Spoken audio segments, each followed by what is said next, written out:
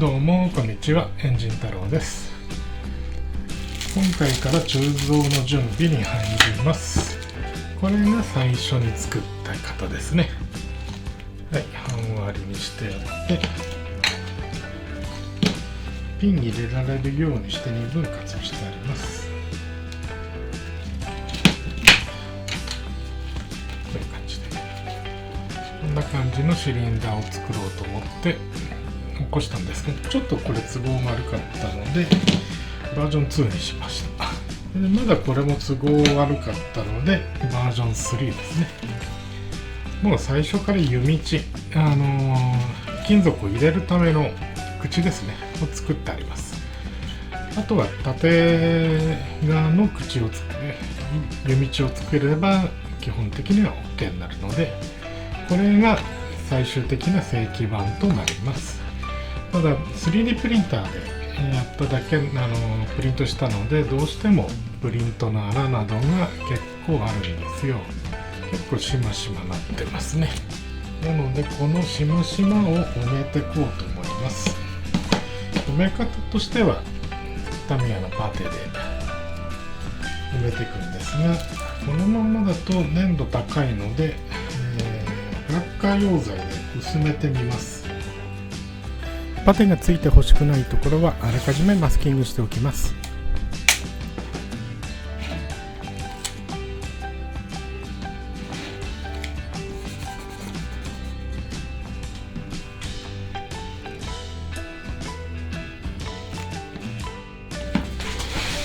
よし、あとはパテを塗って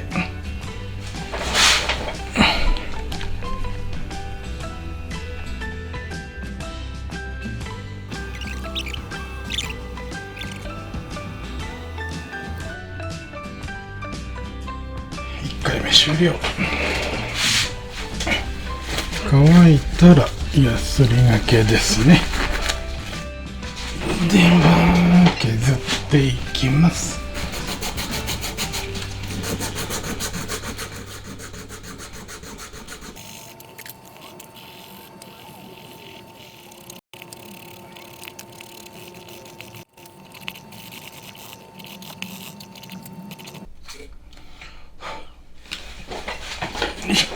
軽く削りましたが、まだかなり音つんきついので2回目のパテ持っちゃいます。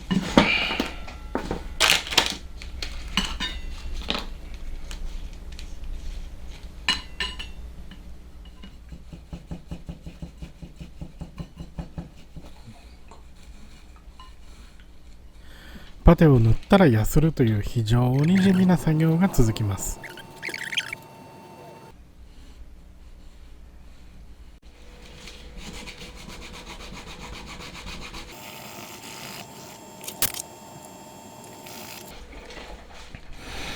あれから何回かパテ塗って磨いてを繰り返しました。まあいい感じにはなってきたと思います。あとこの面とこの面にパテ持ってで綺麗にならしたら一応終わりですね。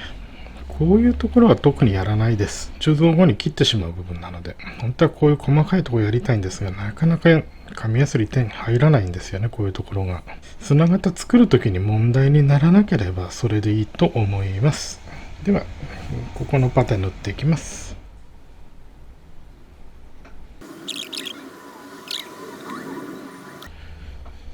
これで側面は OK と。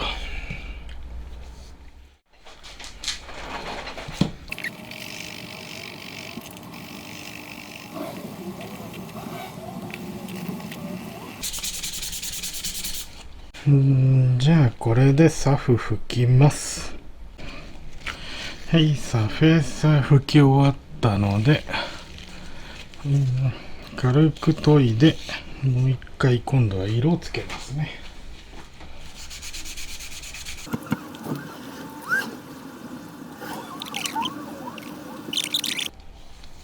きれい。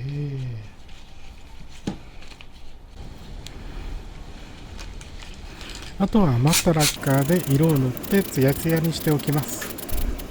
この作業は必要かどうか分かりませんが、やらないよりやった方がいいという程度の認識ですね。もう片方も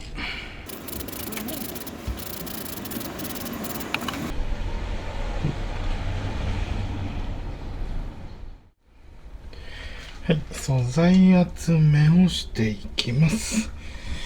アルミのゴミ箱からアルミの鋳物素材を抜き出していきます。こんな感じで抜き出しました。るつぼに入れやすいようにちっちゃくしてきます。まあグラインダーとかで切ってもいいんですけど、めんどくさいのでこのボルトクリッパーで割っちゃいます。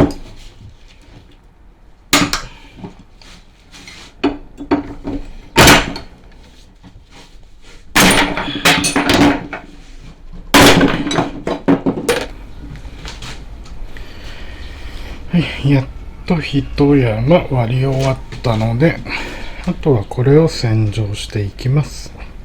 だいたい6キロぐらいですかね、重量としては。はい、ではまずは、中子を作りますね。これ中子用の型ですね。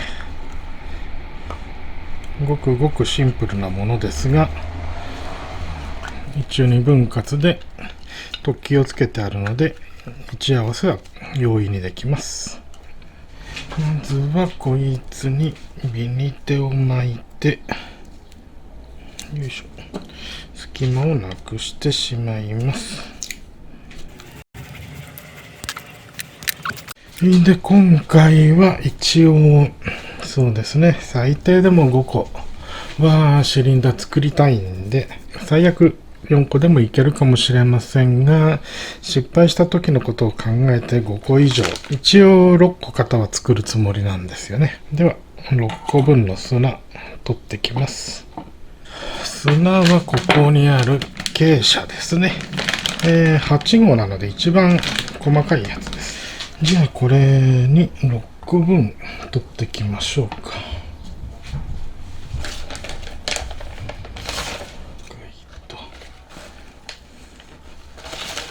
6個分で 587g なので、587足す、4% ぐらいっていう記述もあったので、610g。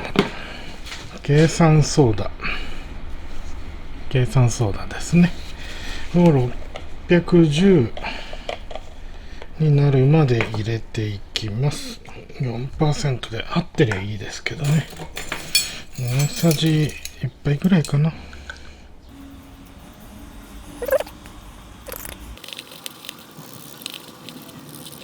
器ちっちゃくて混ぜにくいので大きいたらいに移します。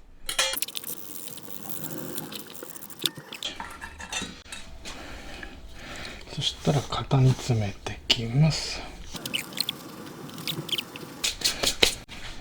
計算ソーダは炭酸ガスで固まる性質があるので、炭酸ガスを流し込んでいきます。だいたい時間は1分程度にしてみました。合ってるかどうかは分かりません。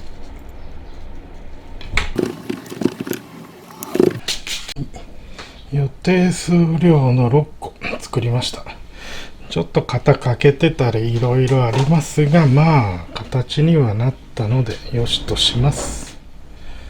こんな感じで6個今作ってあります。さて、じゃあ砂型を作っていこうと思います。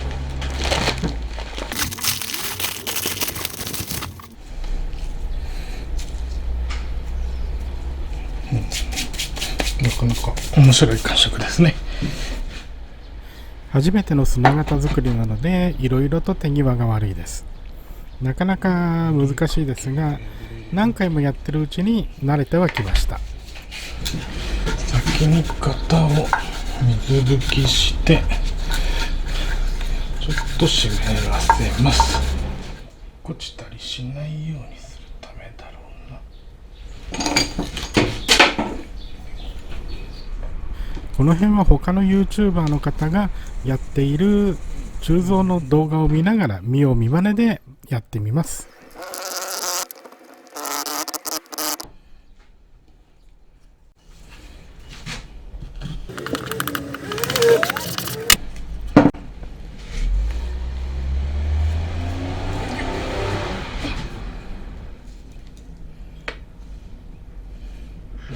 初めてだからな。パパパパパパーっと巻いて、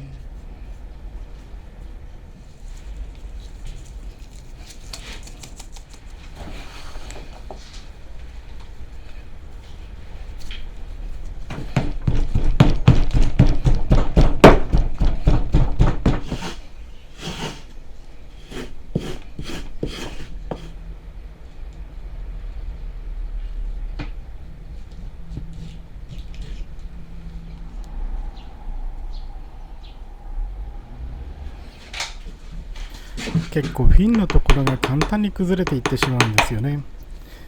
なかなかこの辺は熟練が必要だと思います。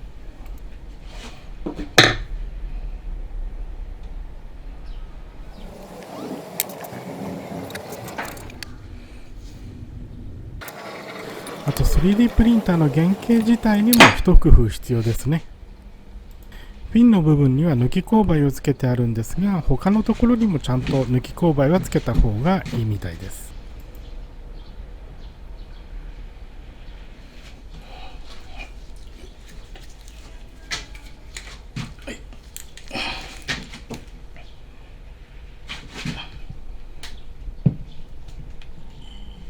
よいしょ。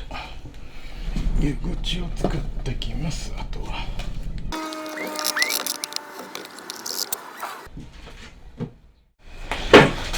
今回は重蔵にあたって溶解炉を買いました。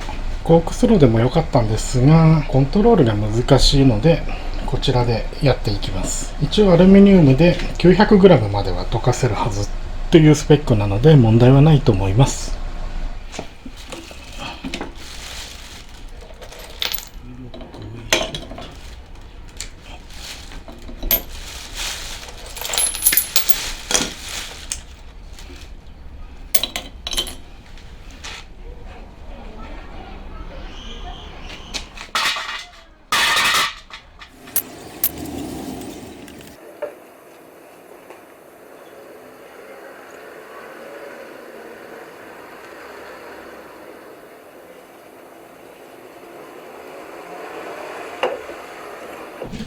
よいしょ。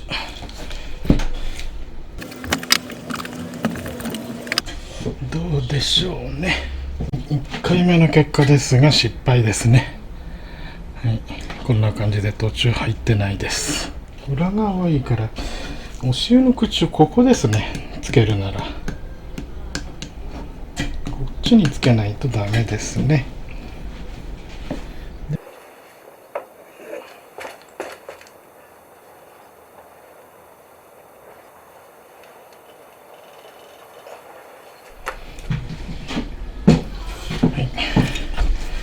入りきってないですね。なかなか難しいです。引けも多いから。ではいきます。まだこの時点ではルツボに致命的な問題があることに気がついてないので、とにかく金属の量を増やそうとルツボギリギリまで溶かしています。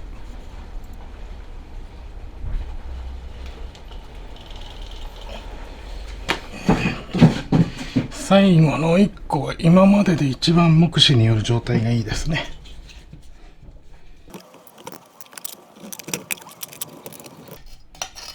ちょっと回りきらなかったか。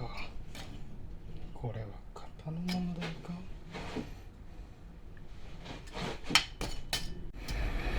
はい、一番状況的にはいいですね。これがフィンのこの辺が結局鋳込めなかったです。この辺ですねが鋳込みできてないですが、なんとか形にはなってるということで微妙ですね。まあとりあえずはキープです。これは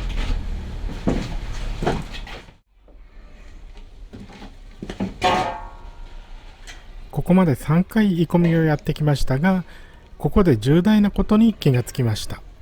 今ルツボの中に目いっぱいでアルミを作った状態でたこ焼き器に出しているんですが、これ全部出し切ったところで530、40g しかないんですよね。スペック通りならこの時点でせめて800、一応スペックでは 900g となっていたのでそれを期待していたんですが全然足りていません。通りで3回とも完全に入りきらないというのが分かりますね。CAD で重量を計算した限りでは本体だけで 500g は必要になります。それに湯道と押し湯分を含めて600から700あれば足りると踏んでたんですよね。この後ルツボが冷えてからルツボの直径や深さを測ってみたら理論上600までしか入らないことになってますね。仕方がないので少しでも大きいルツボを探して買い直すことにしました。あとこのようにインゴットにしておけば次に溶かした時にスラグが少なくてとても鋳込みをやりやすくなります。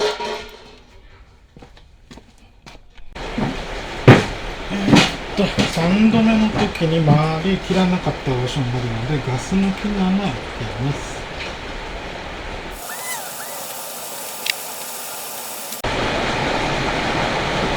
ルツボで新しくしてちょっと大きくなりましたので 700g ちょっと理論値では入る予定なんですよね。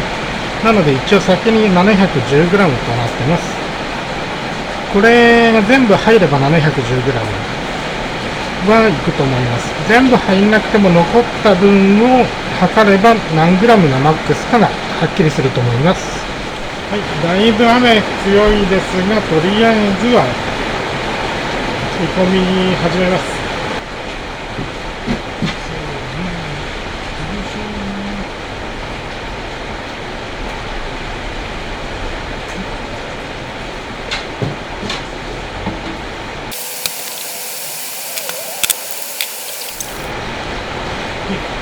ぱっと見でも結構綺麗にいってるのが分かりますね。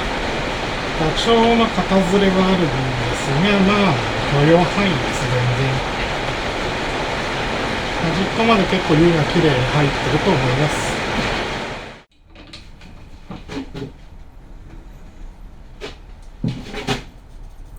4回目のがかなりうまくいったので同じやり方で進めていきます。5回目の鋳込みの変更点としては押し湯の部分のパイプ系を細いものに変更しました。これはあまり太くなくても特に問題はなさそうだったので変えました。はい、これが5個目のやつですね。こっちが6個目でした。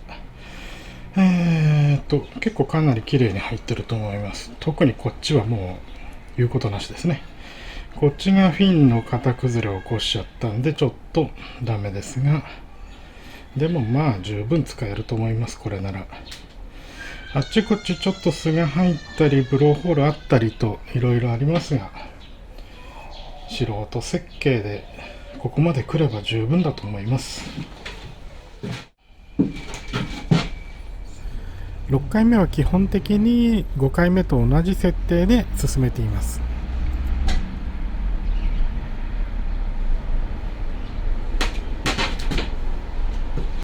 今までで一番いい出来だと思います。これは巣も少ない、伊原も意外と綺麗ですね。これが7回目の鋳込みとなります。見てくださってる方もだいぶ飽きてしまったと思いますが、もう少しだけお付き合いください。こんな感じですね。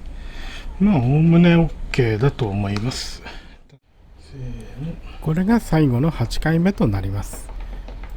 変更点としては押し湯の部分にも缶をつけて大量の押し湯で押せるようにしてみました。何かいい変化があればいいのですが、特に変化はなかったです。一番まともそうだけどわかんないなこればっかは。はい、これが最初のやつですね。一応1番と書いてあります。問題点としては一目瞭然、ここですね。入りきってないんですよね。はい、でこれが2番。やっぱりここが入ってないんですよね。同じくこの辺までは正直ルツボの問題もあったので湯量が少なかったですね。金属が少なくて入りきらなかったっていうのが大きいですね。これはまた潰してリンゴットに戻します。で3番ですが、3番まで少しまともになりました。この辺がちょっとフィンが造作が悪いですが、一応形にはできましたね。で4番ですが、4番でほぼ完成形となりました。まあフィンが欠けてたり入らなかったりずれてたりと、まあぼちぼち問題はありますが、とりあえずは形にはなっています。で5番かなりうまくいきましたね。押し湯の径をちょっと、押し湯のパイプ径を少し減らしてみて、空気抜きのベントホールを開けて、一応形としては問題ないですね。6番も同じく比較的綺麗にできました。7番、まあ型がちょっと崩れちゃったのでフィンの造作がいまいちですが、それでも十分使用には耐えられると思います。で8番も同じく型が崩れた分があるのでちょっと問題はありますが、比較的綺麗に入ってますね。なので4、5、6、7、8、この5個は使います。で1、2、3は廃棄で、もう一回インゴットに戻します。で全てに言えることですが、シリンダーの中の部分に巣が入ってなかなか困っちゃうんですよね。これどうやったらなくなるのかわかんないですね。全てに同じような場所に入ってるので何かしら問題があるんだと思います。まあでもここスリーブついちゃうのでこのまんま進めていこうと思います。ではいらない部分、湯道のカットをしていきます。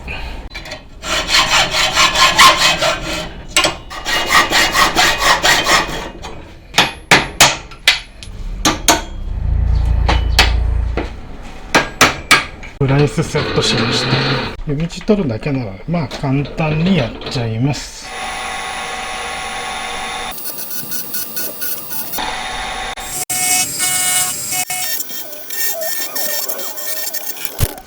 とりあえず全部大雑把にバリを取りました。細かい切削作業はこの後ジグ作ったりなんだりしながらでないとできないので後回しですね。せっかく形になったのでクランクケースの上に置いてみます。ついでにクラッチカバーとレデレーターカバーもかぶせてみました。こうするとかなりテンション上がりますね。だいぶエンジンらしくなったんじゃないかと思います。